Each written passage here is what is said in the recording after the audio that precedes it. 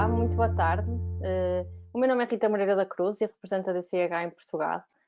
Estamos neste momento a assistir a um país e ao mundo em geral a adaptar-se a uma nova realidade. Todas as áreas de trabalho sentiram o impacto. E a questão que nós vamos debruçar hoje é muito prática e objetiva, porque as obrigações legais existem e se a forma de trabalho altera, como é que nos adaptamos também aos nossos processos e procedimentos? Boas práticas para o regresso à normalidade, gestão de trabalho, medidas e sugestões é o tema do webinar de hoje. Como moderador temos o Nai Fernandes, da MHP, partner impulsionador deste webinar, ao qual agradecemos desde já. Olá, Unai. Olá, muito boa tarde, Rita. Eu que agradeço, é um gosto enorme a presença no webinar e muito obrigado a todos e a todas. Obrigada, Unai. Convido os participantes, os convidados a aparecerem. Os convidados de hoje são diretores de capital humano, vão partilhar as suas experiências, que passo a apresentar e a agradecer ao mesmo tempo a sua disponibilidade para estar connosco hoje. Daniel Silva, da Amorim Corp Composites, Clara Trindade, da L'Oréal e Pedro Raposo, do Banco de Portugal. Olá a todos e muito obrigada por terem aceito o nosso convite. Obrigado. Queria também aproveitar para agradecer ao nosso público, convidá-lo a participar através do nosso chat. Unai, passo-lhe a palavra. Até já. Sim, obrigado, até já. Bem, neste webinar, a minha intenção é fazer uma pequena apresentação sobre aspectos que têm a ver com a gestão do trabalho, o registro da solidariedade, quais são as medidas, sugestões que podemos ter. Bom, para iniciar a apresentação, eu gostava de falar muito rapidamente sobre a MHP. A MHP é uma empresa com presença na Espanha e em Portugal, embora tenhamos também clientes em outros países, como no Reino Unido, Alemanha, Holanda, por exemplo. Nós estamos há 25 anos no mercado a trabalhar exclusivamente com gestão de horários, temos um serviço integrado, temos clientes em todas as áreas, todas as atividades e setores, tanto público como privado,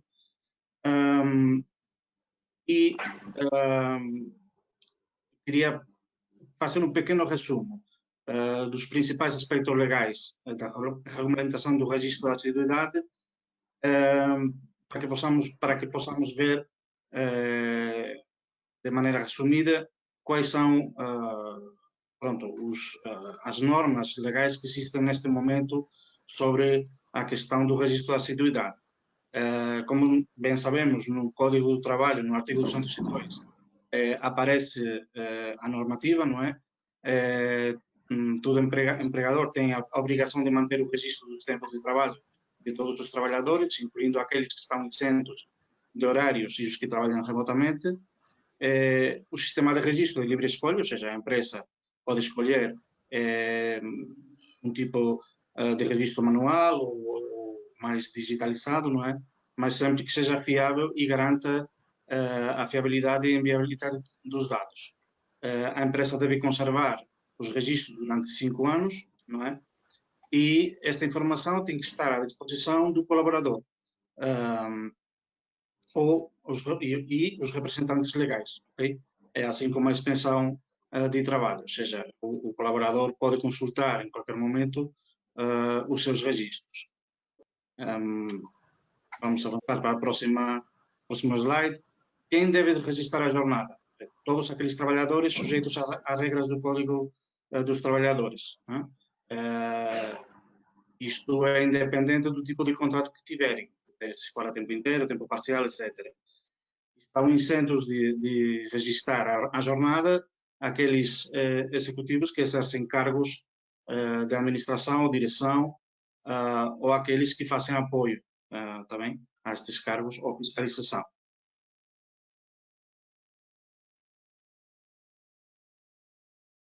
Quanto à proteção de dados recolhidos no registro de assiduidade, a regulamentação, desculpem, o que exige é o cumprimento das medidas de segurança técnicas e organizativas para o correto tratamento dos dados, ok? Ou seja, temos que ter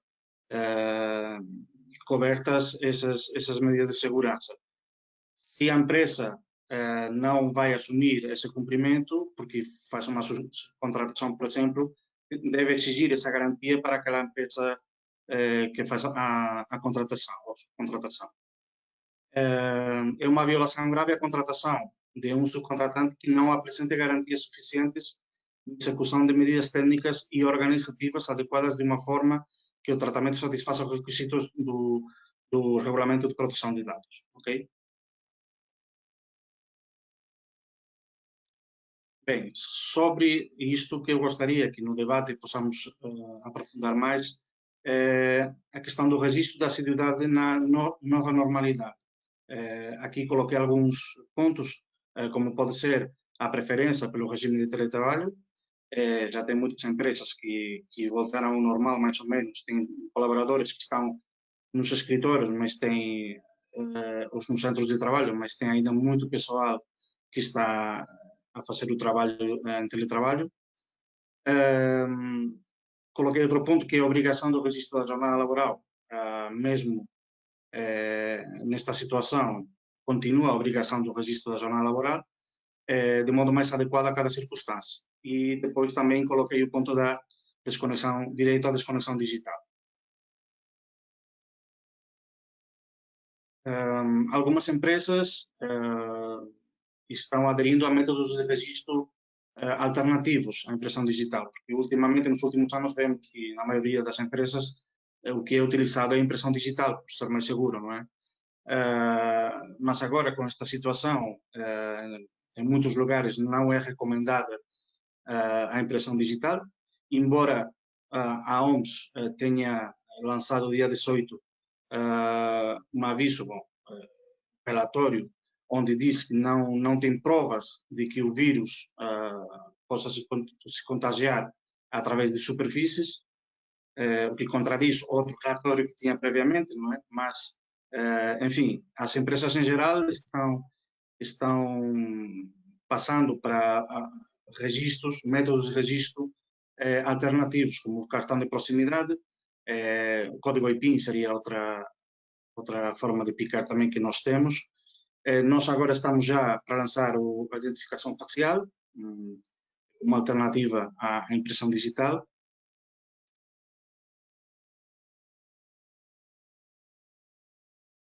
Dentro destes métodos de registro, a MHP tem vários, como pela web, o colaborador faz um login no seu computador, tem uma IP que é bloqueada e só pode fazer o registro nesse computador. Ligação telefónica seria outro tipo também, onde o colaborador faz uma ligação tanto pelo telefone fixo ou pelo telemóvel, tem um código, tem um PIN, e com isto já poderia efetuar o registro. E outra opção seria a aplicação no telemóvel.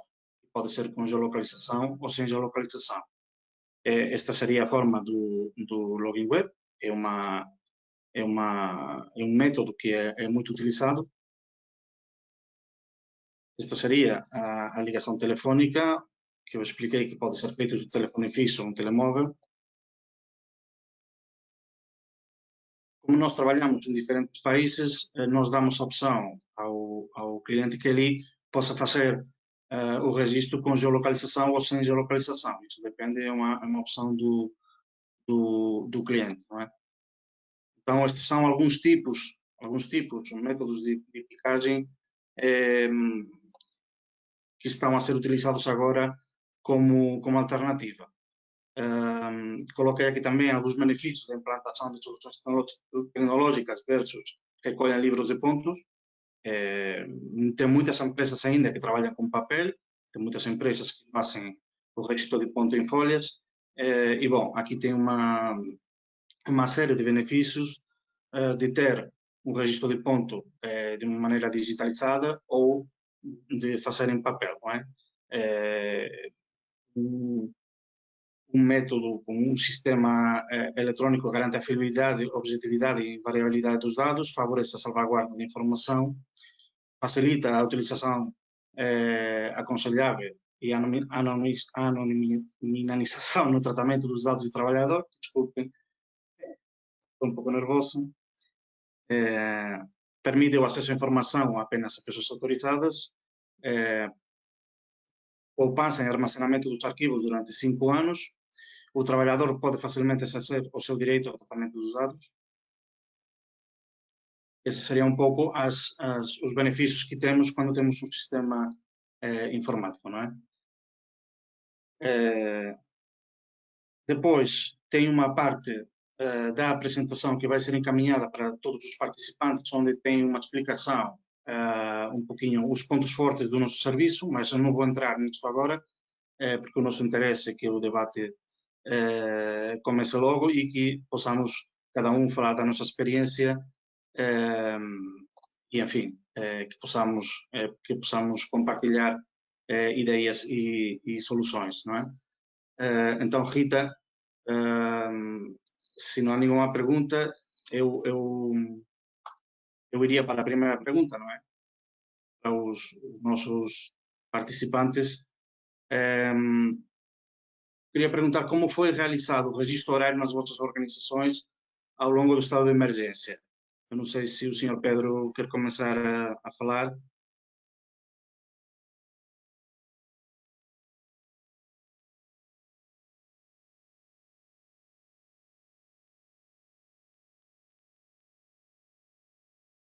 Está em mute, Pedro.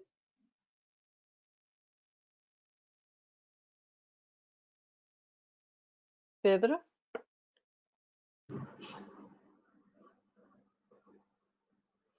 Eu sei. Agora sim. Agora, talvez. Pronto. Muito obrigado.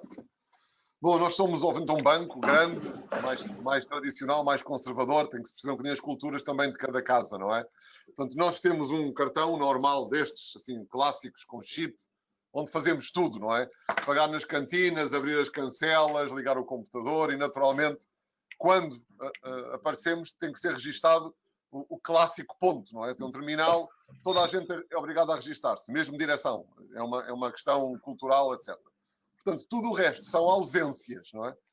Tudo o resto, quando eu não estou, tenho que introduzir um código no sistema, através, enfim, do sistema informático, para férias ou faltas, o que seja. Nós já utilizávamos há 2 anos bastante bem o teletrabalho. Portanto, havia um código para teletrabalho. Portanto, foi extremamente simples nesta fase.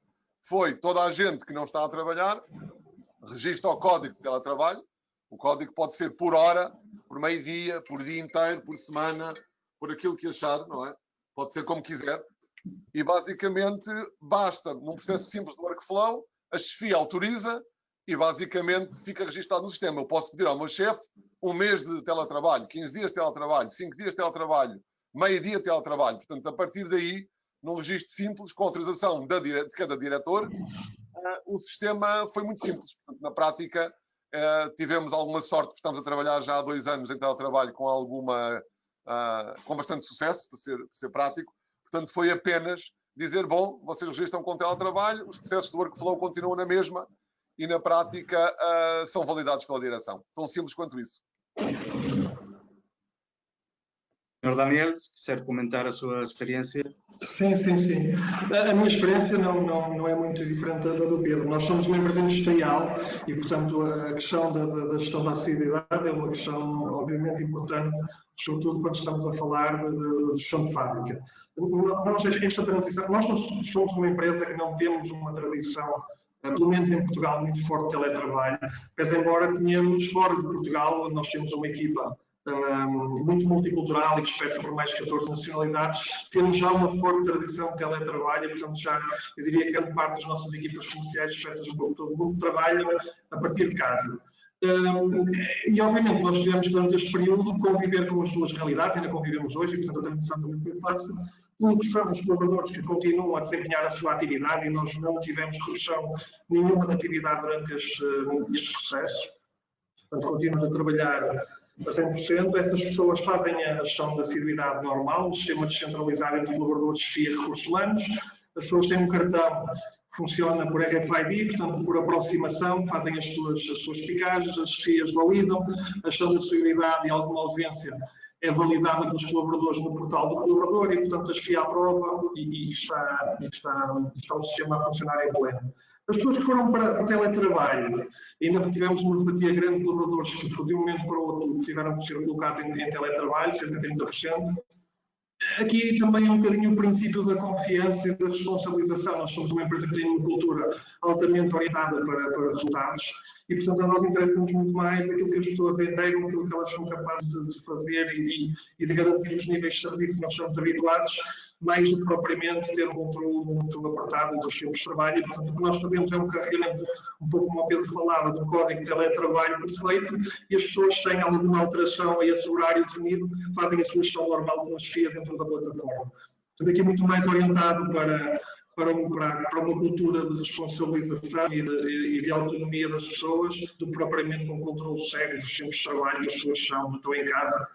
É um bocadinho dessa forma que nós temos trabalhado ao longo destes últimos 3 meses. Bom, e se calhar só do lado da L'Oréal e para dar também visões diferentes, portanto, a L'Oréal tem pessoas de escritório como também tem pessoas em loja e, portanto, um bocadinho como na indústria, é preciso, e há um sistema que é mobile de controle do chamado clock-in, clock-out dessas pessoas em loja e isso é feito por telemóvel. É bastante prático e está diretamente relacionado depois a uma plataforma que gere todos os KPIs, inclusive portanto, não só os horários e as férias, etc., ausências. As pessoas de escritório têm um registro simples da sua presença, não é um registro de ponto de entrada e saída.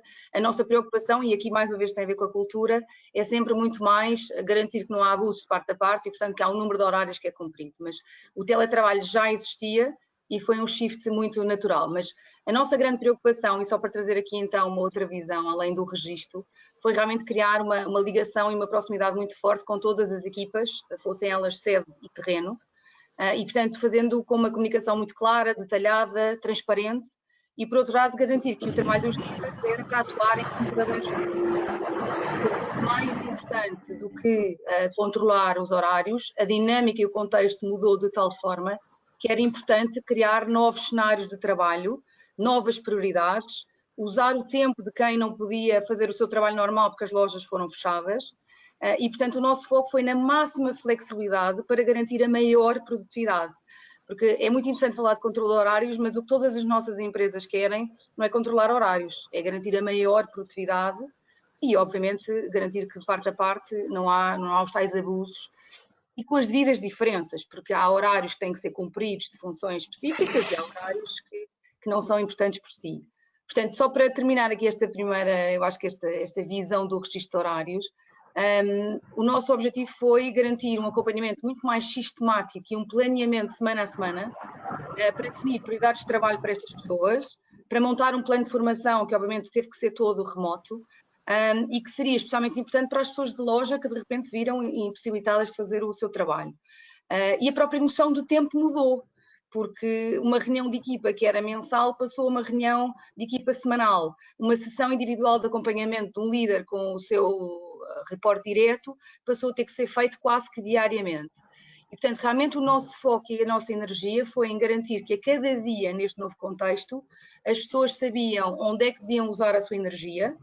Nós, do ponto de vista de nós e dos líderes, percebíamos qual era o contexto da pessoa, tem filhos em casa, tem alguma questão de doença ou de preocupação com pessoas mais velhas e, portanto, adaptar o próprio horário.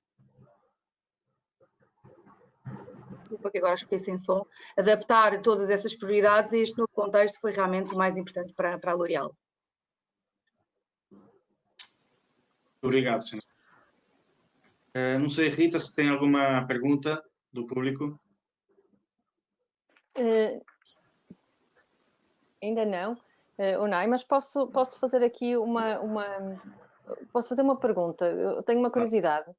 Alguma diferença neste impacto ao nível das diferentes gerações? Isto faz sentido, não faz? Alguma diferença significativa que faça sentido salientar? Não sei se alguém quer responder. Eu posso responder. Eu tenho uma equipa bastante multigeracional e, na verdade, quando nós decidimos, até por obrigação legal, nos casos, enviar as pessoas para casa em teletrabalho, fizemos com o espírito de tudo aquilo que, todas aquelas atividades e funções que nos pareciam que podiam ser feitas a partir de casa, e mesmo aquelas que nós achávamos que provavelmente não eram passíveis de ser feitas a 100%, mas que conseguiríamos aguentar e encontrar mecanismos alternativos para compensar e suportar essas pessoas em casa, nós enviamos. E, portanto, curioso que ao longo deste processo nós fomos apercebendo que algum tipo de perfis, nomeadamente perfis um bocadinho mais séniores junto à nossa organização, e através um bocadinho do trabalho, como a Lara falava, nós também tivemos uma preocupação grande, a Clara falava, uma preocupação grande de acompanhar permanentemente as pessoas e de falar com todas individualmente e de ver as dificuldades, juntamente também com as filhas. Claramente fomos percebendo que algum tipo de colaboradores, sobretudo mais séniores, mostravam vontade de regressar às instalações. E, portanto, nós tivemos que rapidamente implementar um plano de desconfinamento, garantindo, obviamente, a segurança e tudo aquilo que seria necessário que as pessoas tivessem, mais do que a segurança objetiva, a percepção da segurança nas instalações, e fizemos regressar algumas pessoas, precisamente porque elas próprias se sentiam mais confortáveis com as suas rotinas diárias de há longos anos.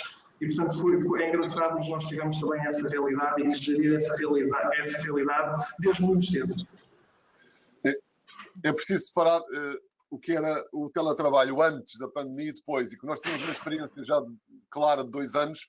Eu acho que antes, como diz bem a Rita, era de facto muito mais para esta gente mais jovem, ou seja, é um teletrabalho e era visto até pelos outros um bocadinho, pelos mais velhotes como eu, um bocadinho como está bem, queres estar em casa, não é?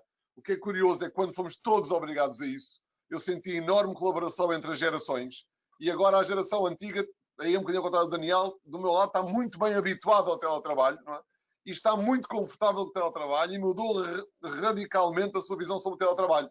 Portanto, a questão é que eu acho que o teletrabalho, de facto, que era uma questão geracional, para o meu lado, deixou de ser tão geracional quanto isso, passou a ser muito mais universal. Bom, e só, se calhar, também para contribuir, teletrabalho não é trabalhar em casa quando as crianças estão em casa, não é? Teletrabalho não é trabalhar, quer dizer, o teletrabalho não foi exatamente o que nós passámos agora, nós fomos obrigados a ir do 100 para 80, ou do 0 para o 100. Eu acho que há duas coisas. Nós, não sei se vocês sabem, mas celebrou-se o mês europeu da diversidade, agora em maio, e a L'Oréal tem o tema da diversidade e inclusão como um tema muito querido e na sua agenda.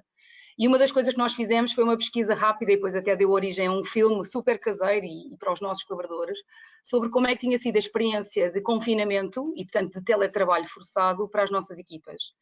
E foi muito interessante ver que pessoas aparentemente com o mesmo perfil, seja ela a idade, pessoas da mesma idade sozinhas em casa, um adorou, o outro odiou. Pessoas de uma mesma faixa geracional com filhos em casa.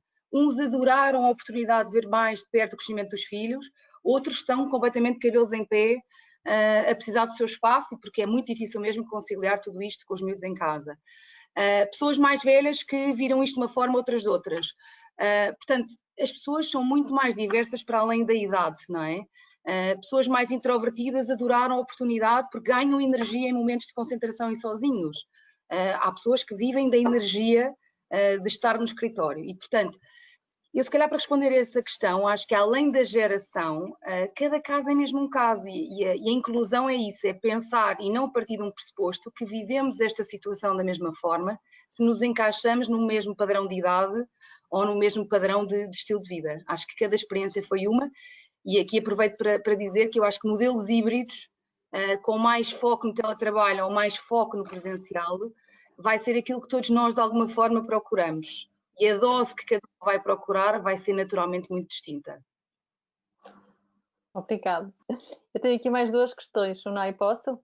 Sim, claro. Aqui, boa tarde. Obrigada a Bruno Ferreira, que nos coloca aqui uma questão. Ele diz, em relação ao tradicional picar do ponto, como recomendariam a sua realização numa empresa de animação turística, em que sabemos que os horários são pouco comuns, quer no período do dia, quer na sua duração? Não sei se alguém quer comentar esta realidade. Bom, eu se calhar não sou a melhor pessoa, mas posso dar uma visão se calhar mais de bom senso, que é, como eu dizia, nas lojas, por exemplo, não há flexibilidade de horários. E é preciso que haja uma equipa mínima para servir aquilo que são as necessidades dos consumidores dentro de relações de parceria, seja um centro comercial, seja qualquer outro canal. E, portanto, naquilo que não é negociável, não é negociável. Portanto, o que é negociável é se eu sou a pessoa certa e tenho a disponibilidade para aquele horário. E isso não há muito a fazer.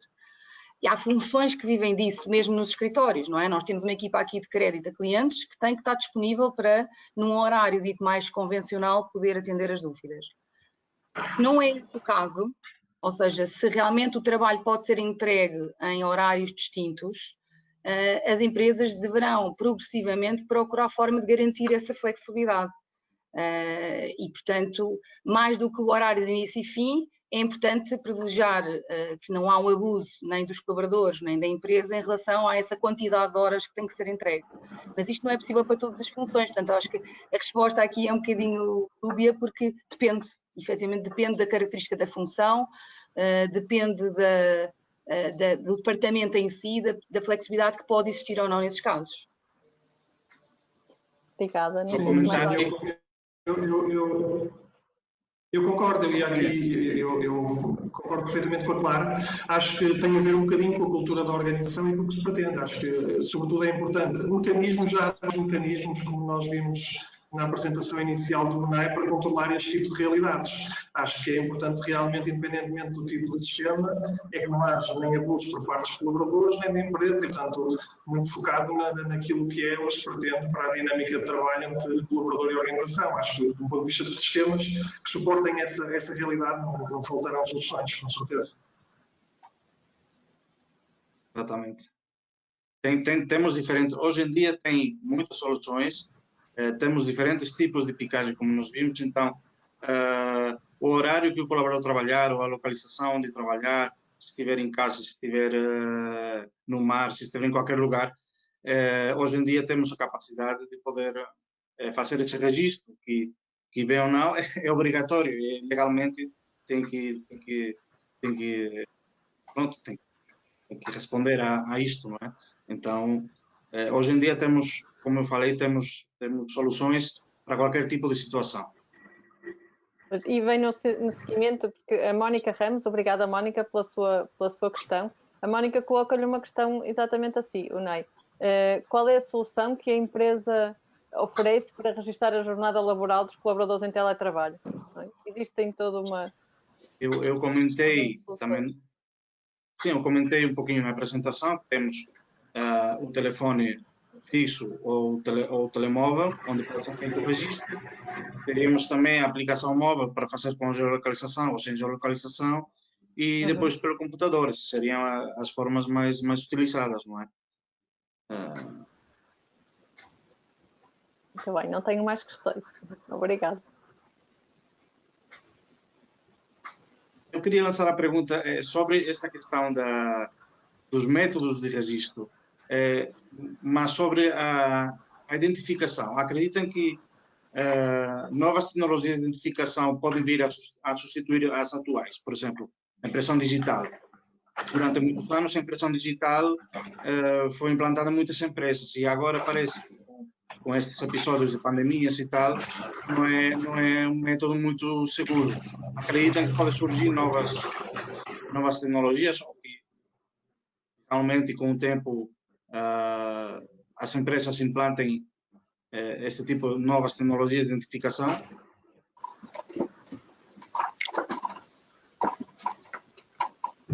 Eu francamente não sei, é uma área difícil, mas eu tentaria olhar para objetos que nós usamos no dia a dia, que evoluem. Eu lembro que os telemóveis fizeram um avanço da impressão digital para o face recognition, portanto, o reconhecimento facial é uma coisa hoje comum nos telemóveis. Eu acho que as pessoas o que vão começar a perceber é, se isso é comum, vão querer também ter uma coisa muito comum onde trabalham. Portanto, isto é meramente uma adivinhação, eu não sei, mas eu lembro-me bem do que foi. Isto é tão prático, a questão da impressão digital. E agora é super prático, exceto com a máscara, porque a máscara veio atrapalhar o reconhecimento facial, é uma grande atrapalhada, tem que voltar ao código, e realmente é engraçado como estas tecnologias evoluem, mas eu diria que se calhar a indústria deve seguir aquilo que é o padrão hoje que os telemóveis seguem. Eu diria que o reconhecimento facial será o próximo passo.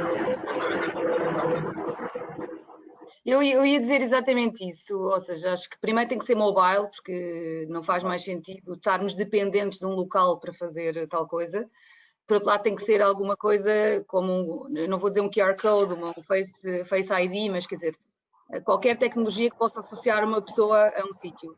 E isso vai ser sempre importante, porque mesmo na L'Oréal, que é uma empresa onde a cultura é de confiança e não é de controlo, há uma coisa que nós não abrimos mão de controlar, que é a segurança, e nós precisamos de saber quem é que está num determinado sítio.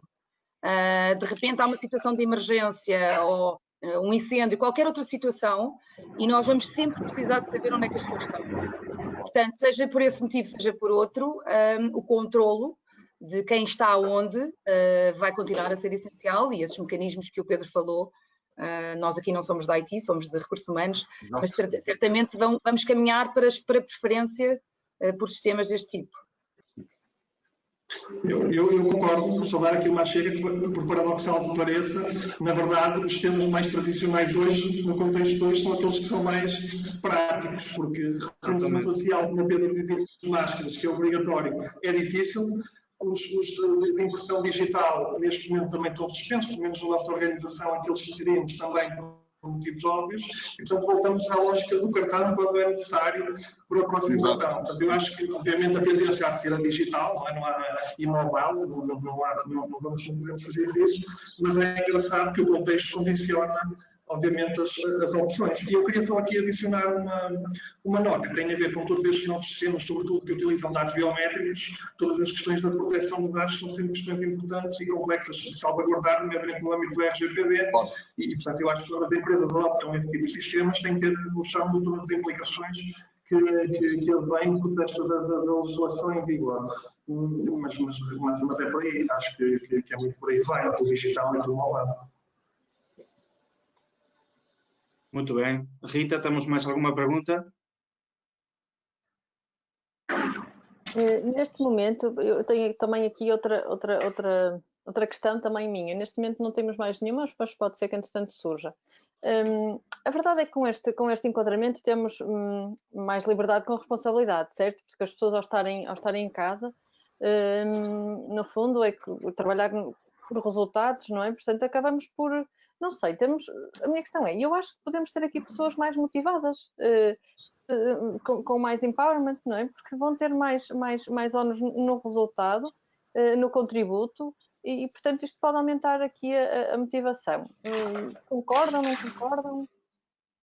Eu começaria por dizer claramente que sim, Rita. Acho que a grande questão não vão ser as pessoas, a grande questão vão ser as lideranças e os processos de mudança com as lideranças. Quer dizer, bem ou mal, a escola de pensamento é ainda muito industrial no sentido fordiana, não? Ou taylorista da presença e da importância da presença, não é? E lembramos-nos de casos cómicos, não foi há muitos anos, onde havia sempre aquele empregado que deixava o casaco que é para dizer que estava cá e depois estava ali ao lado no cinema, estou a brincar, mas percebem o que quer dizer?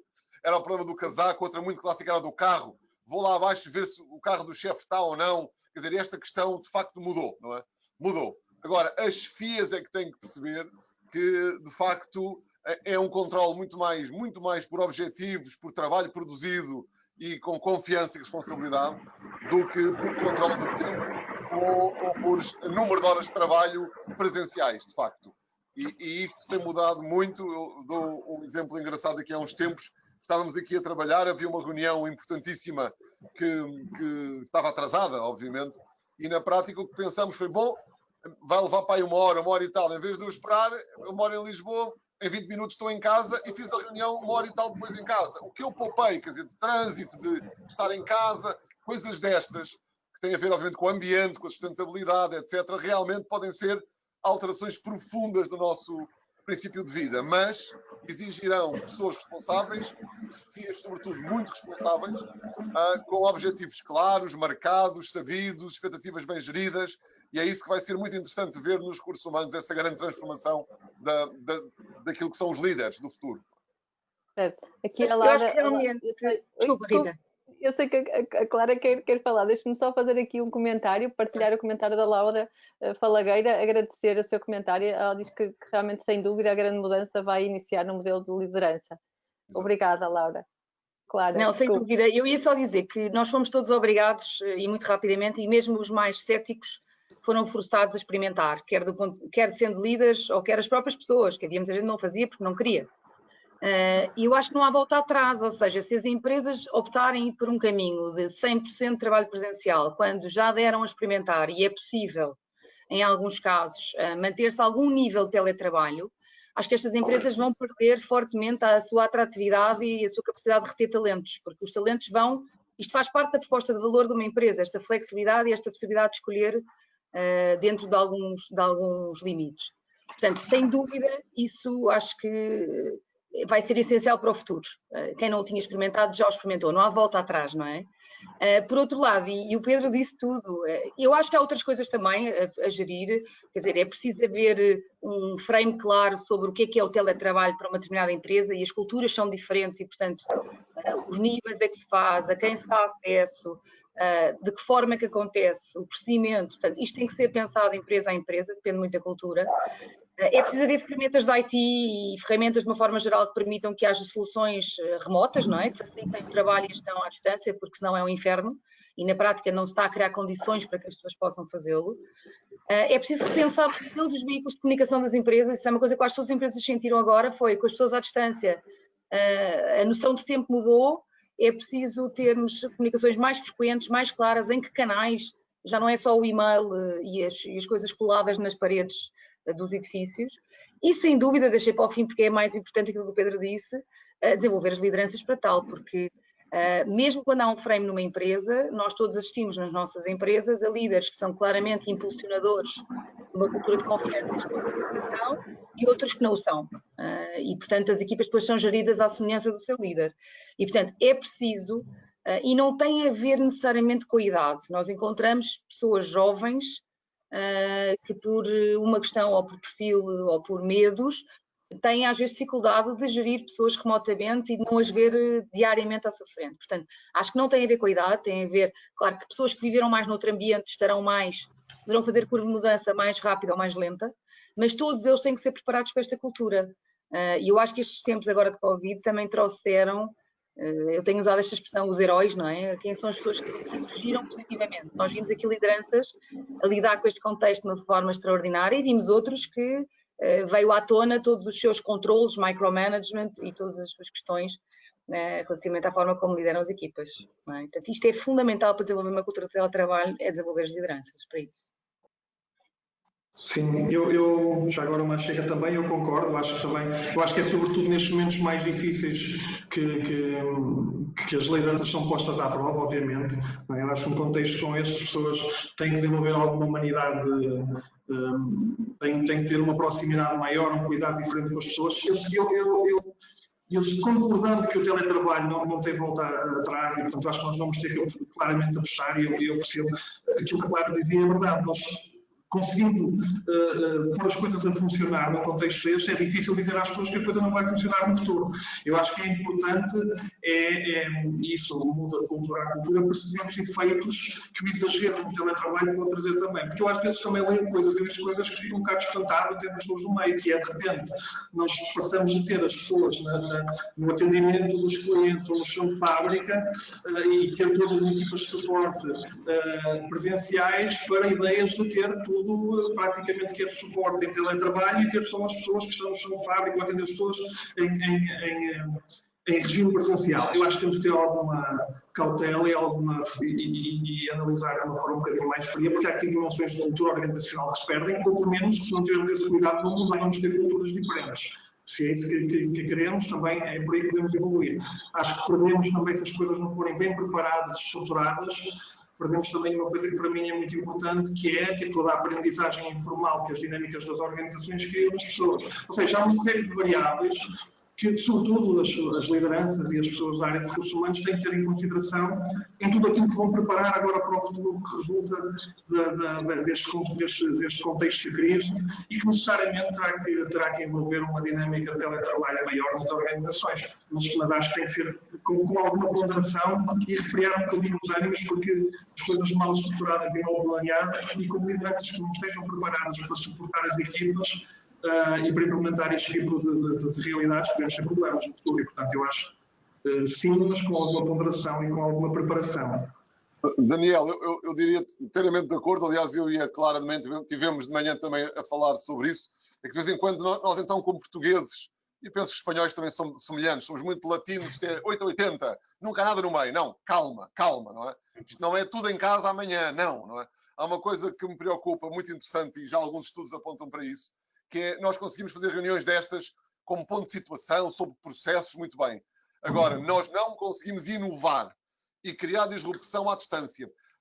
A verdadeira inovação e o valor acrescentado necessitam design thinking, pessoas numa sala, gritos, contra-argumentos, contra-factos. Nós precisamos disto para inovar, para pensar. Portanto, o que nós conseguimos fazer em 2 meses ou 3 foi manter os sistemas todos a funcionar. Nós, fala-se isto muito, nós não inovamos, nós não criamos, nós não criamos valor acrescentado. É preciso interação humana para a criação de valor acrescentado. E à distância não vai lá. Isto tem ordens, eu não posso falar por cima da Clara nem do Daniel, não lhe posso dar um encontrão. Isto é preciso realmente nas salas de design thinking, pessoas, barulho. E nós latinos é preciso alguma gritaria no bom sentido, não é? Uns gritos, uma emoção. É daí que nasce a luz e nasce a disrupção inovadora. O meu medo é se nós pudéssemos dizer isto é perfeito nos próximos 10 anos, eu acho que, por exemplo, a inovação morria completamente nas organizações, mas completamente nas organizações. E acho que o outro desafio, além da criatividade, ou seja, nós juntamos para resolver problemas em conjunto, é a questão da cultura, não é? E acho que é um desafio que todos temos agora, que é como é que se preserva e desenvolve a cultura da empresa. Esta cultura vive nas relações entre as pessoas, nos próprios escritórios e nos símbolos físicos, na forma como as coisas acontecem quando as pessoas estão juntas, não é? E, portanto, alguma coisa passa nestes ecrãs, mas é muito distinto. E, portanto, eu acho que o desafio que nós temos todos aqui entre mãos, e eu acho que já estamos todos a pensar e a co-construir com as equipas, com os líderes, é então o que é este modelo híbrido para o futuro? Ou seja, para que é que serve estar em casa ou em teletrabalho, seja ele onde for, provavelmente para momentos de concentração, e a empresa servirá para quê? Isso também vai fazer com que o próprio espaço na empresa tenha que mudar. E depois, há coisas que já falámos, mas que é importante, que é, as pessoas são diferentes e há pessoas que funcionam melhor em teletrabalho do que outras, e as funções são diferentes, e há funções em que é possível estar quase totalmente em teletrabalho e outras não. Tudo isto faz com que não haja mesmo uma solução única ou um padrão para aquilo que vai ser a resposta de futuro. Muito bem, da minha parte, muito obrigada. Unai, não sei se tem mais alguma questão. Não, tinha algumas questões, mas foram faladas já. Vimos os diferentes pontos de vista e se não houver nenhuma pergunta, podemos encerrar o webinar.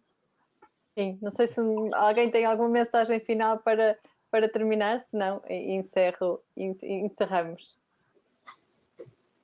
Eu gostava de dizer uma coisa final, que eu acho que por trás de tudo isto, eu acho que hoje em dia fala-se mesmo em relação ao consumo, e eu trabalho numa empresa de grande consumo, é importante ouvir os consumidores e é importante criar experiências personalizadas. Eu acho que o grande desafio das empresas é como gerir a complexidade de querermos ter soluções para todos os tipos de pessoas. E, portanto, quando falamos de flexibilidade, falamos disso, não é? É ter mais opções à escolha. Acho que o grande desafio é realmente repensar, e o Pedro falou nisso, não é? Nós vimos de modelos mais presenciais e tayloristas, é como é que nós podemos ter sistemas de recursos humanos, seja de recrutamento, formação, gestão de desempenho, mais flexíveis, mais adaptados a esta cultura que já não volta atrás no bom sentido, ou estas novas formas de trabalho também à distância, não é? E eu acho que esse é um desafio que nós temos entre mãos em recursos humanos. Por isso é importante continuar a ouvir as pessoas, para continuar a adaptar sempre dentro do possível, dentro daquilo que é o frame de uma empresa, mas ter este espaço de customização e de personalização acho que vai continuar a ser muito importante, ou vai ser cada vez mais importante. Do meu lado, enfim, também dar um abraço a todos os responsáveis de recursos humanos que nos estão a ver e ouvir e dizer que há aqui uma oportunidade que eu acho histórica mesmo, porque nós somos sempre um bocadinho os patinhos feios das organizações, é aqueles que é para pagar salários e não sei o quê. E nestas alturas podemos fazer coisas diferentes. Se formos inteligentes a desenhar políticas de teletrabalho inteligentes, definir estratégias de colaboração diferentes, etc., eu acho que podemos marcar as organizações e podemos deixar aquele rótulo do que pagam salários e não façam mais nada e, de facto, passar a um plano francamente mais estratégico que sabemos fazer e merecemos, mas muitas vezes só quando vem uma crise é que se lembram de nós, não é? Então vamos aproveitar isto e já agora que fomos chamados para isto, dar o nosso contributo em termos de valor e de diferença no futuro da forma de trabalhar. Sim, eu concordo em absoluto. Eu, para terminar, também introduziria aqui um tema que eu acho que esse é o nosso papel também. Nós temos discutido aqui da relação da organização com os seus colaboradores. Acho que também é muito importante nós pensarmos e suportarmos a relação dos nossos colaboradores, ou pelo menos parte deles, com os seus clientes.